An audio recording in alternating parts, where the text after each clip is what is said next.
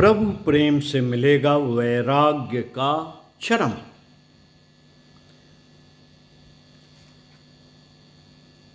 पृष्ठ 74, पुस्तक अंतर्जगत की यात्रा का ज्ञान विज्ञान भाग 1।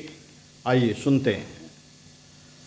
वैराग्य की कसौटी पर पूर्णतया खरा साबित हुए बिना योग की मंजिल मृग तृष्णा ही बनी रहेगी। जहाँ साधन वैराग्य इंद्रिय सुखों की तृष्णा में सचेतन प्रयास द्वारा भोगाशक्ति की समाप्ति है, वहीं सिद्ध वैराग्य सिद्ध वैराग्य इसकी अगली और चरमावस्था है। यह सिद्ध वैराग्य क्या है? इस जिज्ञासा के उत्तर में महर्षि कहते हैं, तत्परम पुरुषख्यातेर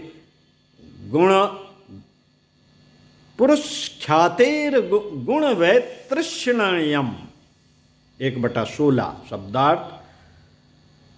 पुरुषख्याते, पुरुष के ज्ञान से, गुण वैतृष्णयम, जो प्रकृति के गुणों में तृष्णा का अभाव हो जाना है, तत् माने वह परम यानी पर वैराग्य है। अर्थात यह पर वैराग्य निराकांक्षा की अंतिम अवस्था है। पुरुष के परमात्मा के अंतरतम स्वभाव को जानने के कारण समस्त इच्छाओं का विलीन हो जाना है। वैराग्य की यह अवस्था अति दुर्लभ है। परमात्मा में अंतश्चेतना के विलीन हो जाने पर यह अपने आप ही प्रकट हो जाती है, इसलिए इसे पर वैराग्य कहते हैं। सिद्ध महापुरुषों की यह स्वाभाविक दशा होने के कारण इसे सिद्ध वैराग्य भी कहा जाता है। यह समस्त साधनाओं का फल है, जो सिद्ध योगियों को सहज सुलभ रहता है। अंतर्चेतना प्रभु में विलीन होने के कारण विषयों के प्रति, भोगों के प्रति न गति होती है, न रुचि और न ही रुझान। यह प्रभुलीन भावदशा की सहज अभिव्यक्ति है। प्रभु प्रीत की सहज रीति है यह। प्रभु प्रीत की सहज रीति है यह अवस्था कैसे मिले? इस परम सिद्ध का भाव चेतना में किस भांति अवतरण हो?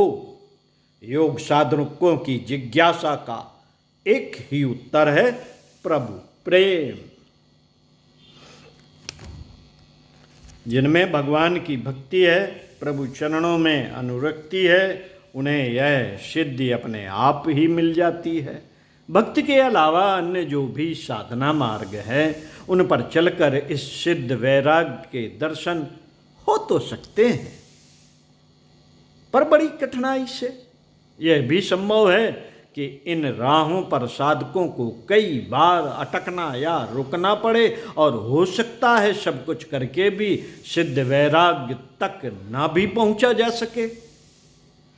इस संबंध में परम पूज्य गुरुदेव के श्री मुख से निकले आप्त वचन मानसिक चेतना में उस दिन की भांति ही प्रखरता से प्रदीप्त हैं, जब उन्होंने वैराग्य के मर्म को समझाते हुए कहा था, बेटा, मीरा, तुलसी, शूर, रैदास आदि भक्तों को यह अपने आप ही सुलभ हो जाता है। प्रभु स्मरण, प्रभु चिंतन और प्रभु प्रेम में भीगा हुआ मन जब एक बार उनके चरणों में विलीन हो जाता है, तो किसे याद रह जाते हैं विषय भोग? तो किसे याद रह जाते हैं विषय भोग? कहाँ याद रह पाती है इंद्रिय विलास की बातें?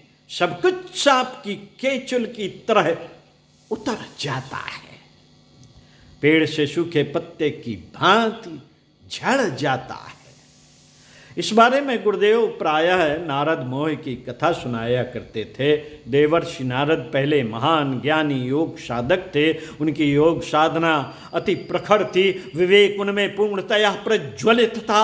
अपनी साधना की प्रचंड अविरामता में उन्होंने हिमालय में समाधि लगा ली। उनकी योग साधना का तेज ऐसा बढ़ा कि देव शक्तियाँ परेशान हो गईं। देवलोकवासियों ने उन्हें डिगाने के लिए भांत भांत के माया जाल रचे, एक के बाद एक नए तरीके अपनाए, पर कोई कामयाबी न मिली।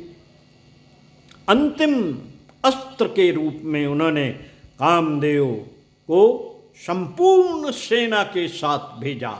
काम की सारी कलाएं, अप्सराओं की सारी नृत्य लीलाएं देवर्षि नारद के वैराग के सामने पराजित हो गई।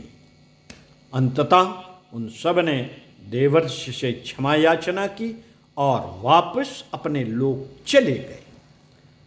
काम को पराजित करने वाले नारद को अपने महान वैराग्य का गर्व हो गया। अपनी काम विजय की कथा उन्होंने शिव, ब्रह्मा एवं विष्णु को सुना डाली।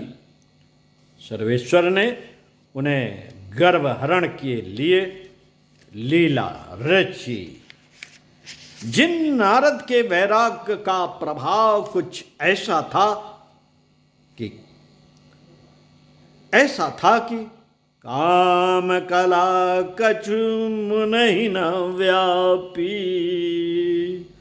निज भय डरऊ मनोभव पापी।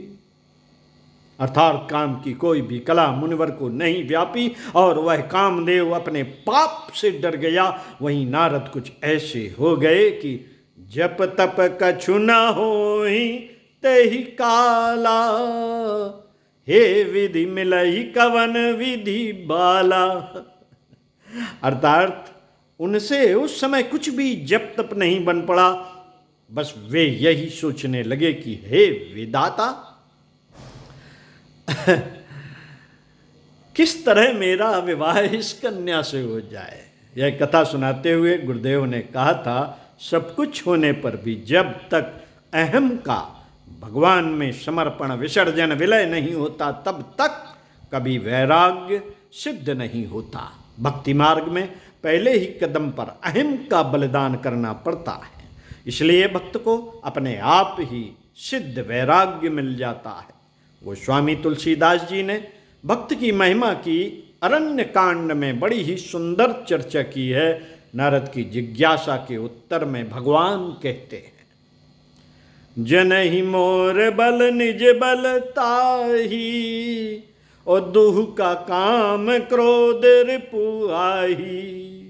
यह विचार पंडित मोहि भजही, पायहु ज्ञान भगत नहीं तजही।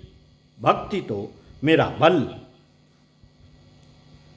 भक्त को मेरा बल रहता है, भगवान का बल रहता है, और ज्ञानी को अपने बल स्वविवेक का सहारा रहता है। काम क्रोध दोनों के ही शत्रु हैं, यह सोचकर विद्वजन मेरी भक्ति करते हैं, ज्ञान मिलने पर भी इसका त्याग नहीं करते। गुरुदेव कहते थे कि भक्त में वैराग्य की परम भाव दशा प्रकट होती है। उसके लिए विराग यानी वैराग्य, आराध्य के प्रति विराग यानी कि विशिष्ट राग बन जाता है।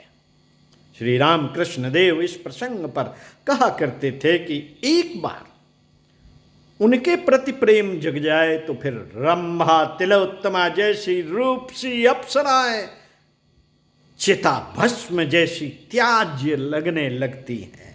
भगवत गीता में श्री कृष्ण ने भी यही सत्य कहा है।